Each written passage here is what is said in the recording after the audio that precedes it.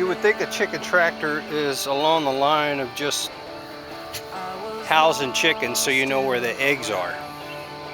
Actually, it's a good permaculture technique in that the chickens weed the area, they till it, they fluff up the soil, they manure it in the way of organic fertilizer, and then you just slide this thing maybe once a month. I'll have to determine how often I've got to do it. Depends on the size of the chickens, how big they are, how active they are.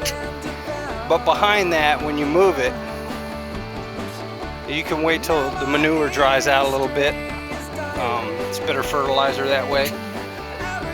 And then plant whatever you want because the ground has been perfectly prepared by the chickens.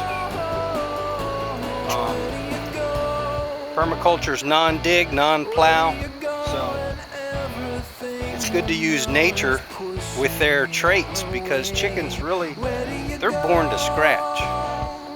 They do it all day long. They're just, they're the best working gardener. I don't want to work all day long, so may as well have something on my team that's willing to work that long.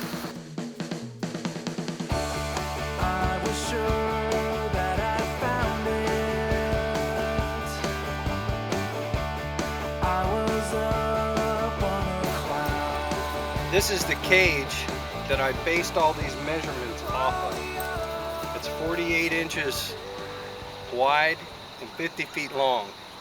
I already made one chicken tractor out of it. This should be enough to make the second one. The measurements on this is you cut off 32 inches, discard it off each long run. This section is 40 inches long. Now, these measurements are based on this sweep 90. If you have a normal 90, it's just not gonna measure out right because you can tell this sweep, this is a little offset from the center of the T.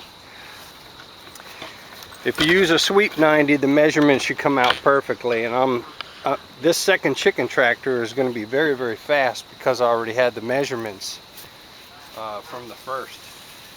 The very first thing to do is find the center of these long runs because that's where the first T is going to go.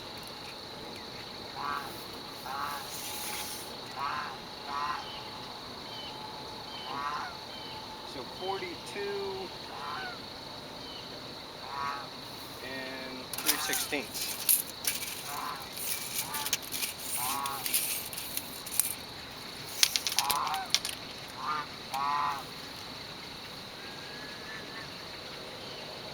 Okay, these ribs are 15 inches on center.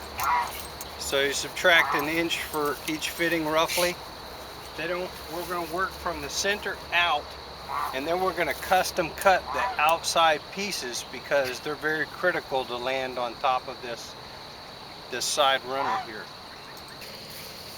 I'm using the back of my golf cart to get started here. This flat surface will come in handy. Just making sure all of the T's are lined up correctly.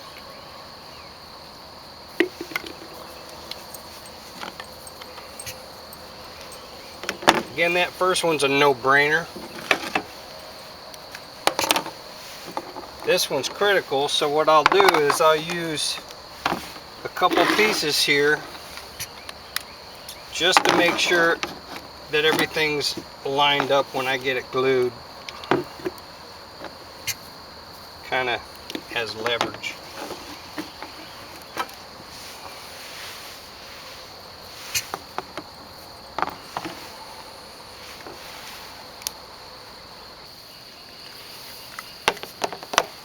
So I want this centered on top of the 4-inch, and what I'll do is make 4 holes.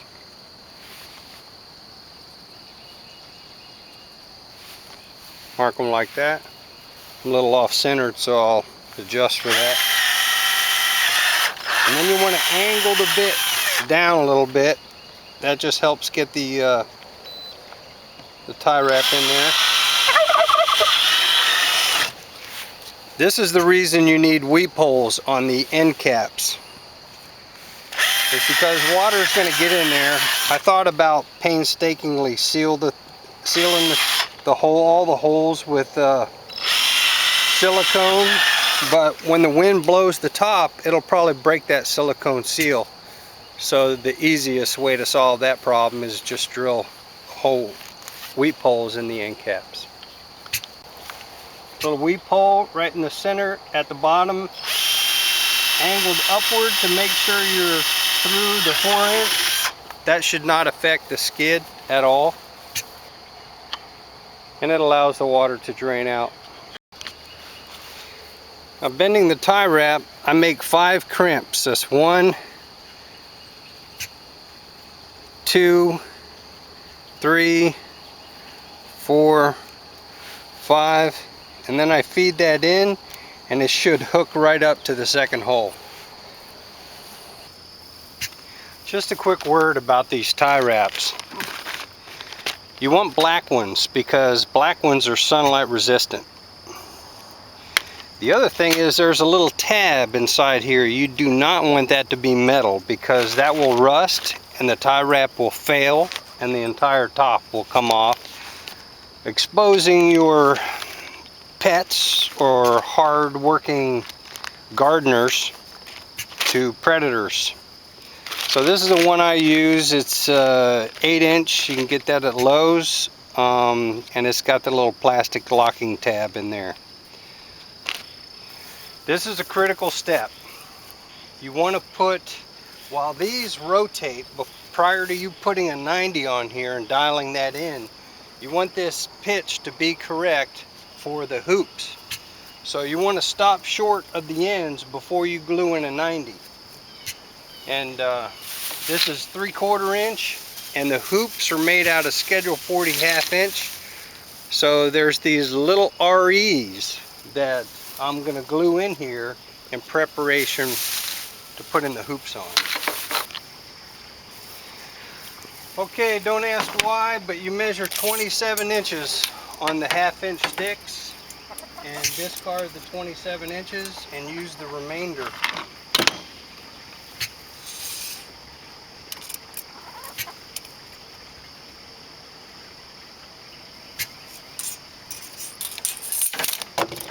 What that measurement does is it makes up for the T and the little reducing bushing.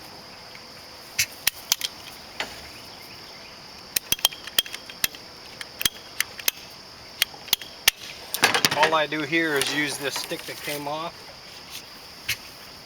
to make my other cuts. It's very important to put one of these on because that'll keep the other T's from rotating while you're gluing on the rest of them.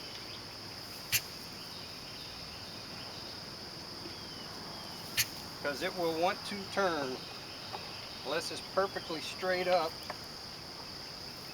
which might be in this case.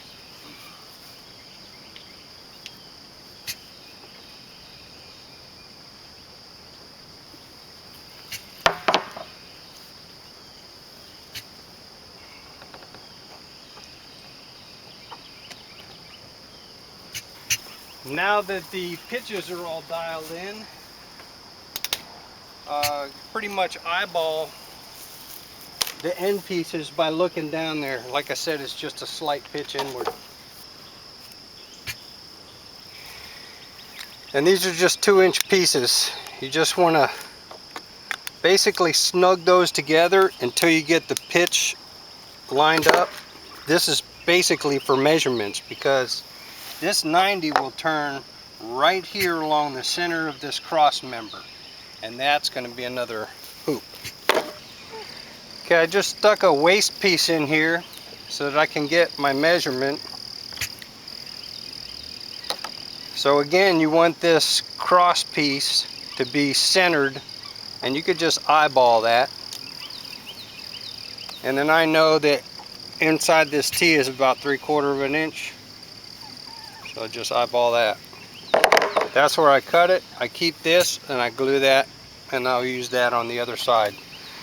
Very critical to get those measurements dead on.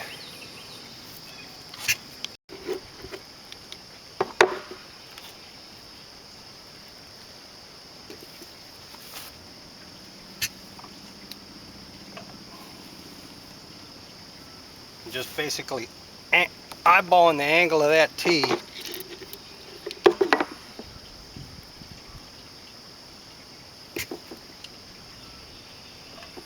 And get another waste piece just for leverage. And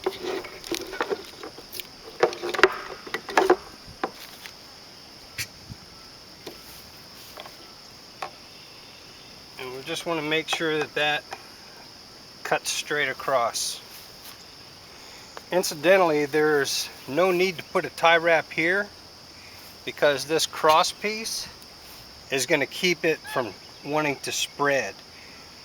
And the reason I elected not to do that is the thickness of this 90, and it just looks like a pain in the neck to get a tie wrap through there. It's a good idea to tie a string to hold these in,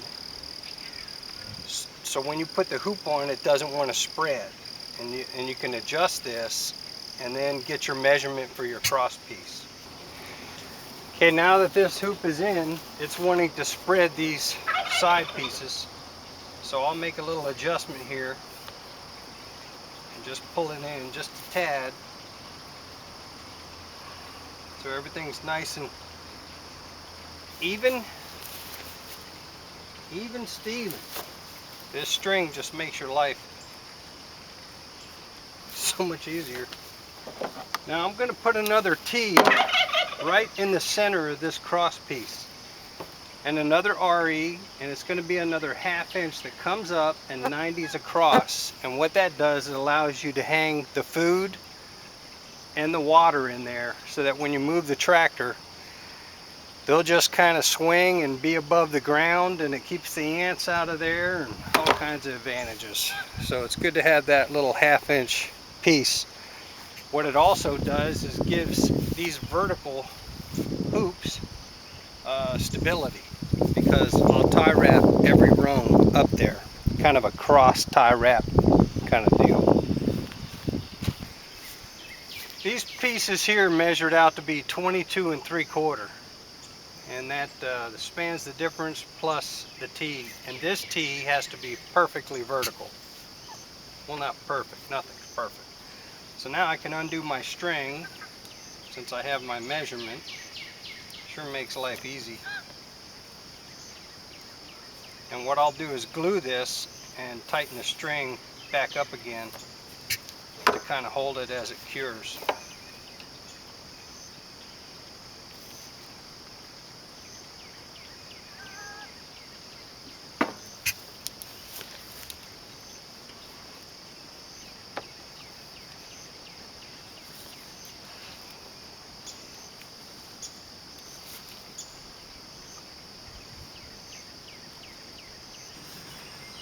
Okay, so this side's done. I have the vertical and then the horizontal run, and everything's tie wrapped, just kind of eyeballed in the center. So it should be okay to untie this and use it on the other side. I love this cage because it's so easy to work with. It's light, and if it's deformed in any way, it doesn't take much to bend it back. So you want to cut these 8-foot lengths, and better to be too long than too short. So this is a 1/2 inch too long, which would be fine.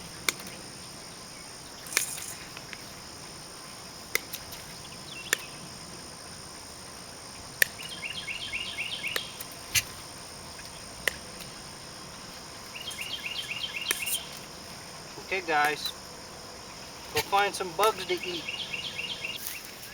Okay, now this is why the center was so critical, is because there's going to be 2 edges that are riding on that center. Okay, so the painstaking tie wrapping is complete on the cage. Now I'm going to do the two cage end pieces. This stuff is really easy to cut with side cutters, very easy to bend. You can bend a 1/2 inch little length of it, and it's just a dream to work with. And once all the tie wraps are on, the rigidity is pretty good. It'll keep the ground birds in, and more importantly, keep the predators out.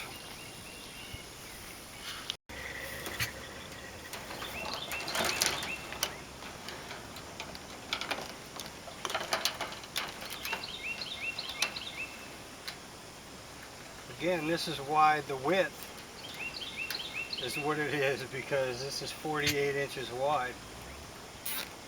So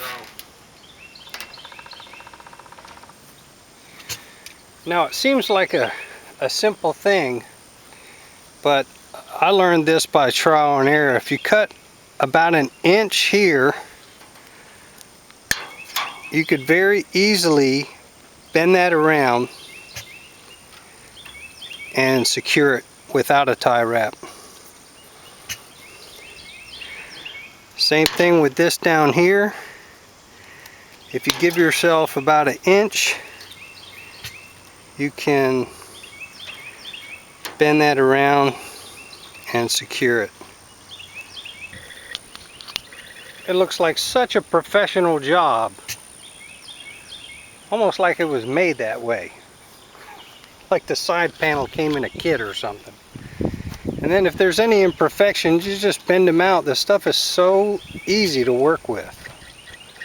I love it. It's important to mention how I came up with this idea. When I built the greenhouse, I had some extra PVC, and I just threw the extra pieces across the yard, and they slid like 30 feet. I went, there's my chicken tractor, or chicken skid. So I'm not even going to walk backwards. I'm just going to move my arm and show you how easy it is to move this. Good to do this when there's light wind.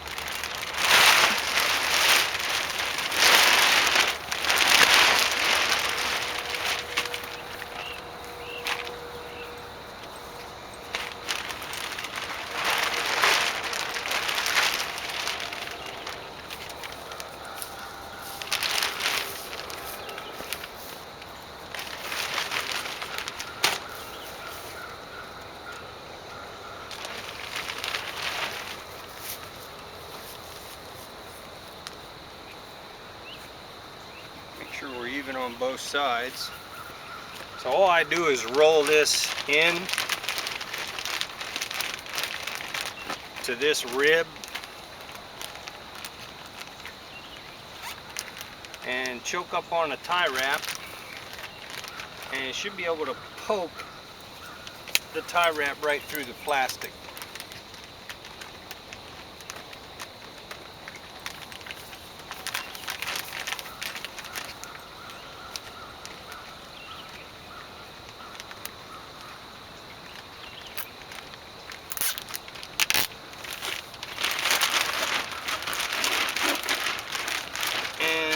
Basically just go down the line with it. Before installing the shade cloth, you want to cut these tie wraps, and all I do is overlap it a couple inches, just to make sure I have enough to cover the front. And all I do is just tie it on the bottom, nothing up here, and then all around, and the wind just goes right through the shade cloth, so there's no problem with that. The shade cloth serves a few purposes. Hawks, some called chicken hawks, are notorious for reaching through a cage and popping off the head of a chicken. So that's These chickens are very young, and I have a lot of free range birds, and these will be confined to the pen, unfortunately. But if I put my free range birds in here, they would be very unhappy. But a young chicken doesn't know any different. So, I mean, I hate to do it. I like all my animals to be free and out of cages. Unless they're small, you have to protect them until they get big enough for the owls and hawks to not carry them off, which I have witnessed personally, and it's heartbreaking.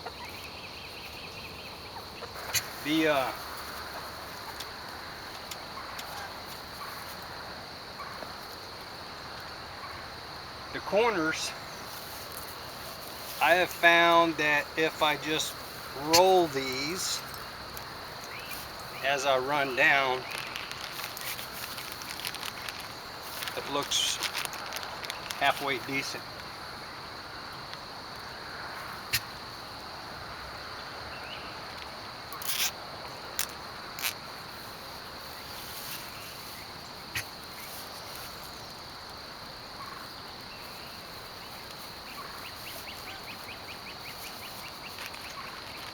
Come, baby.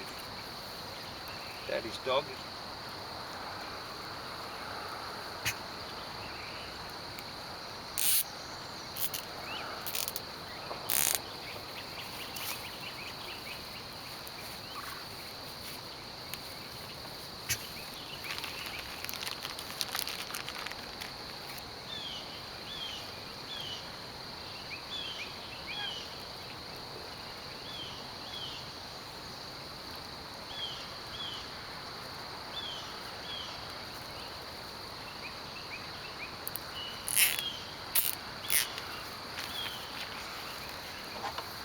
Then I simply cut the excess off at the bottom.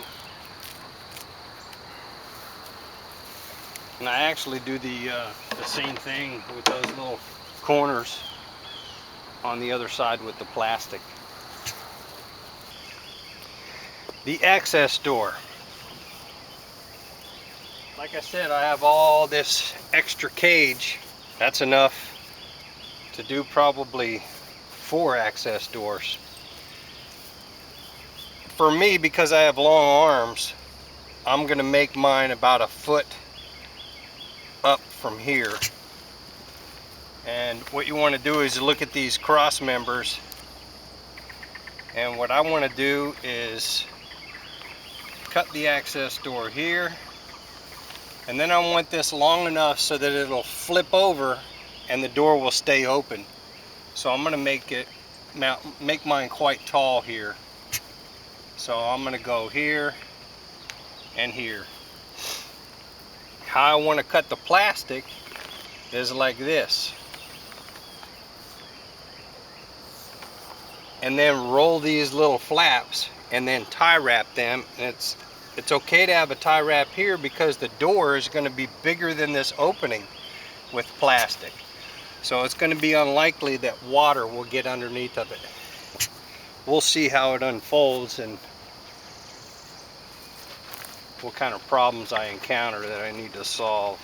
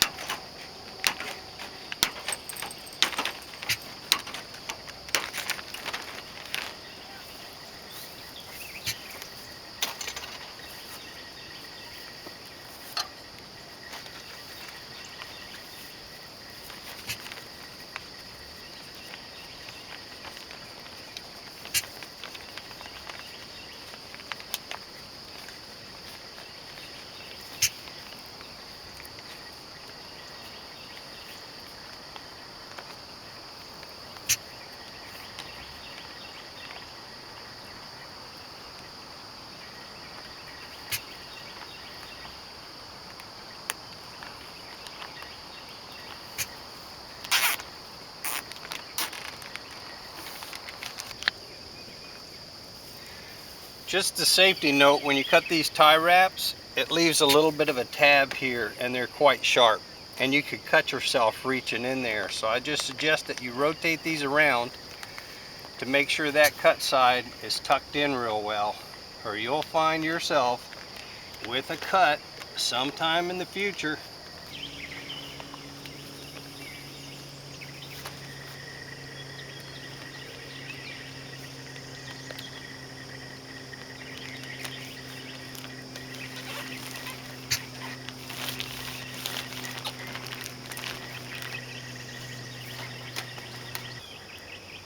So what I decided to do here was put a counterweight. It's just a 1/2 inch Schedule 40 piece of PVC at the bottom. That way when I flip it over, it'll stay there. I could do my work and then pretty much flip it back. Now the weight of that should secure it okay. I'll have to see how that goes, but it'd be very easy. This is so low from the opening that you can wrap a little bungee through there.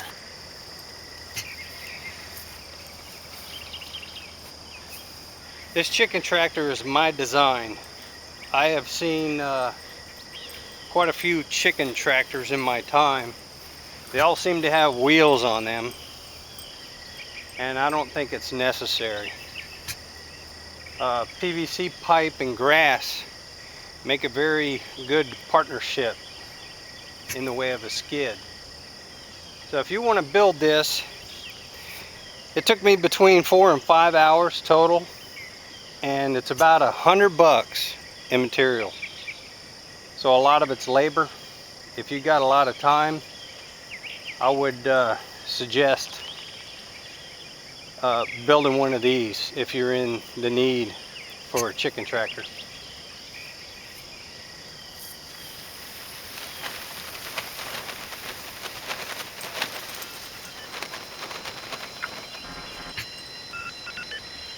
All done.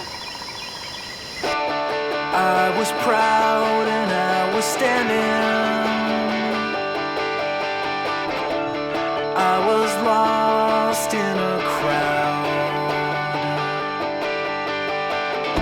But now this room